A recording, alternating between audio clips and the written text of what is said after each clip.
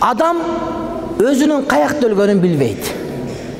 Men gel aytып самолетті шуны окуп gel ayттым дагы, ойлоп коем, балким менин өлүмүм самолетте. Улан айтат, Асат медианы чоң айтат, мен түш көрүпмүн, түшүмдө дейт, самолетте кетип аткан экен, сен самолет жарылып кеттир дейт.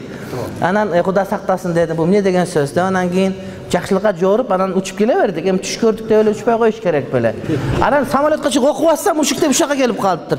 Адам баласы дейт, каяктан өлүшүн өзү билбейт, тагдырга жазылган өлүм боло турган жерге адамдын муктаждыгын чыгарып, ошол жака барып өлөт дейт. Bir adam жазылган тагдырына Великобританияга барып, ошол жерде өлөсүн деген. Өмүр аяга баргысы келген жок, ооруп калып, башка жерде доктор жок экен, ошол жака кызы бирөөгө эргетип, ата кел дарылатам деп, ошол жака барып, ошол жерден өлүп келип атат.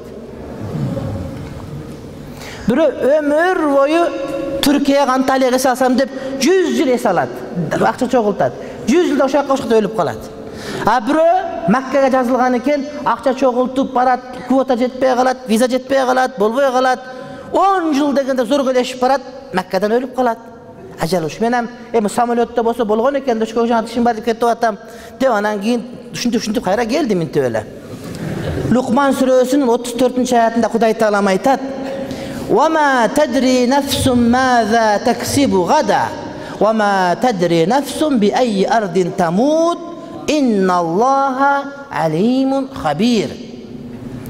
Эч бир жан эртең эмне табарын билбейт дейт. Эмне кесип деген биз профессияны айтып жүрөбүз да. Араб тилинде кесип деген эмне иш кылаарын билбейт дейт. Сен пландайсың.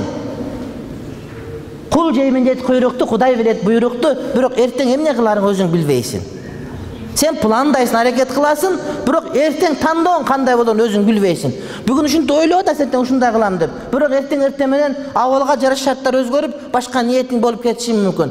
Кудай Таалам эртең кандай ниет кыларыңы, кандай иш кыларыңы билет, а сен өзүң эртең кандай ниет кыларың, кандай иш кыларыңы билбейсиң. Кечинде планда уктайсың, эртең менен аял өгөң урушуп кетип туруп, иш башкача болуп кетиши мүмкүн. Уруш чыгарган өзүңсүң, иш башкача кылган өзүңсүң. Демек, адам эртең эмне кыларын өзү билбейт, ошондой эле кайсыл жерде өлөрүн дагы өзү билбейт дейт. Эч ким билбейт. Эч ким билбесе, анда ата мекенге көмүлүү шарт эмес экен. Ал эмес, башка бир хадисте бир адам бактылуу дейт, өзү өлгөн жерден башка жерге көмүлсө дейт. Өзү төрөлгөн жерден башка жерге көмүлсө дейт. Рызык издеп башка кылып жүрүп, кайерден жаны чыкса, ошол жерге көмүлсө, бул бактылуу адамдардан дейт. Мен таң калып жүрдүм, эмнеге бактылуу адам десе, көрсө адам сапар кылып, мусулмандарды көрүп, аяка чыгып, бияка чыгып, дыйканчылык кылып, соода кылып, ажылык кылып, башка иш кылып, анан өлүп калса, сөөгүн жүктөп келбей ошака көмүлгөнү бул жакшы нерсе экен. Азыр Орусиядан көп туугандар өлүп атат. Өлсө канча акча коротуп, алып келип бияка көмүп атабыз. Ошо менен бейишке чыгарып атабызбы? Кыргызстан деген тешиктен кирсе жердин астына бейишке барабы, эмне болот? Асты бирдей, бардыгы бирдей эле. Жер топтогулук да, түшүндүңбү? Биягынан тешиктен салсаң да ичине түшөт, бияктан кирсең бияка түшөт.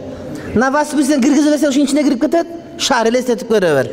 Кыргызстандан киргизсең ошонун ичине кирип кетет, болду, окшош бардын арагы. Таң каласың, алып келип бияка көмүш керек башка деген. Жок, андай эмес. Адамдын жаны каерде чыкса, ошака урматтуу бир туугандар көмүш керек болот. Пайгамбарыбыз алейхиссалам айтат, Имам Ахмад риваятында: "Инналлаха табарака ва таала иза арада qabza ruhi abdin bi ardin ja'ala lahu fiha hajatan." Кудай Таалам кайсы бир инсандын жанын алгысы келсе, кайсы бир жерде, ошол жерге ушул адамга муктаждык чыгарып коет дейт. Ошол жерге чыгып калат дейт. Бир адамдар Сирияда өлгүсүн ажыралган экен, а Сирияга барып өлүп ошондо калып атат мынакей. Бирөө кокон деген коконго барып өлүп атат. Ушундай сөз. Кайерге жазылса, ошо жака сага муктаждык чыгарып коет, ошого барасың, өлүп кайра келесиң.